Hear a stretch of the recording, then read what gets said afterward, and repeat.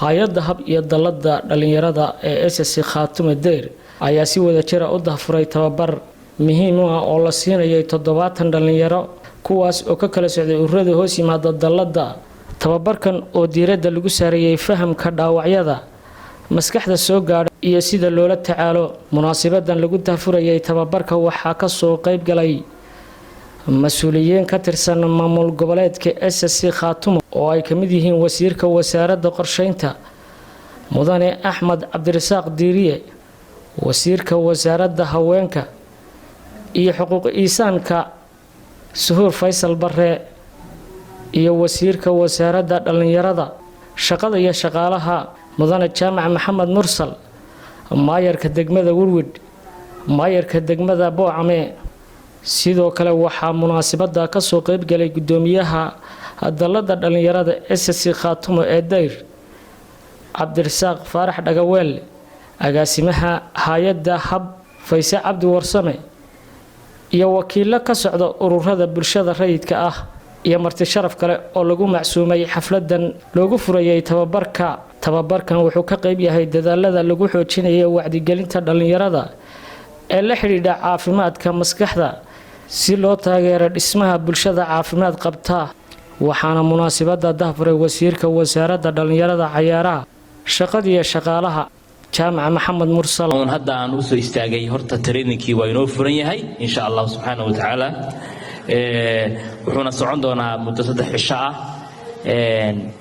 ka wasaarad ahaan annaga sharaf gaar ah bay noo tahay in shaqadii aan anagu qaban lahayn in ururka Dayr dalladda Dayr iyo teamkan Hob ay u istaageen.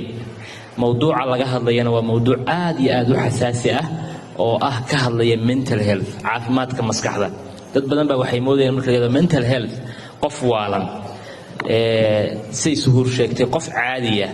dhammaanteen waxaynu la kulmaynaa mental problems. magacay waxaa la yiraahdaa Faysa Cabdi Warsame, dadka yaqaana reer Norway baan ahay. waxaan ka socdaa organization ka la yiraahdo Hope Competence Center wuxuuna u taagan yahay Norwegian Hope waxaa la dhahaa Rajo. aniga horta wadanka waxaan imaaday 2001 baan imaaday 2 isbuuc baan joogay iyo 3 maalmood.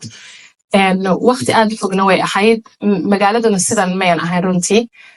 hadda igu soo xigta oo jimcadii imaaday marka aanan ku dheeraanaynin reasonkan xaggan u imaaday waxay ahayd inaan eegno horta number 1 baahida maxaan dhalinyarta maxaa xaggan baahi haysata.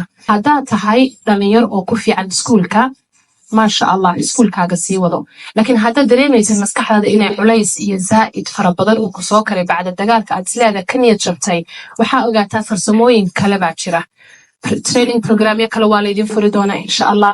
waxyaalo badan oo idin tusay fursadayn inaad si kale uga faa'iideysanaysaan baa jirta. muddooyinka u dambeeyay waxaan xoog saaraynay in anaga ka dhalinyar ahaan aanu aqoonta dhalinyarada dhisno kor u soo qaado. waxaan ka soo baxnay xaalad iyo marxalad culus oo waqtigeeda iyo waayaheeda lahayd oo dhalinyaradu shafka xabadda u dhiganaysay oo wiilka dhalinyarada ah ee magaalada jooga ee aan qori sidan la tukoori jiray la caayi jiray la yaabi jiray. mawduuca aynu ka hadlayno waxaa hormuud inooga ah oo inoo hogaaminaya oo halkan fadhiya Fayse Cabdi Warsame, Sucaad Cali Cabdulqaadir iyo Caysha Cabdi Maxamed oo runtii ka socda magaca halkaad ku arkaysaan oo la yiraahdo Hub oo ah institution ka jira Norway dhalinyaro badan oo aqoon-yahana oo liidana ay ku midaysan yihiin runtii oo reer SSC Khaatumo ah oo aan rajaynayna inaanu noqon trainingkii u horeeyay tababarkii u horeeyay, laakiin aan rajaynayna inuu noqdo ibafur wax weyn oo miisaan loo dhaxal galana ee deegaanka laga fuliyo. wuxuu la xiriiraa traumatiga maskaxda ku dhaca marka dagaal ay dhacaan. dadku uma yaqaanaan xanuunada maskaxda ku dhaca xanuuno iska normal ah. waxaa laga yaabaa qofku haddii xanuun maskaxeed cid ehelkiisa ay qabto inuusan kuu sheegin iska dhaaf inuu isagu hayeen. hadduu qofka cid ehelkiisa ay qabto xanuunka inuusan ku oran karahayn xanuunkaas haya. waxyaalaha aan kula yaabo dadka waxaa ka mid ah qof maskaxiyan u dhibaataysan ama depression hayo ama post traumatic war hayo ama walbahaar joogta ay hayo waxaa lagu oranayaa ilbaa ku dhacday ama sixir baa haya. Maxamed Cali Bile, warbaahinta qaranka Soomaaliya, magaalada Laascaanood ee xarunta gobolka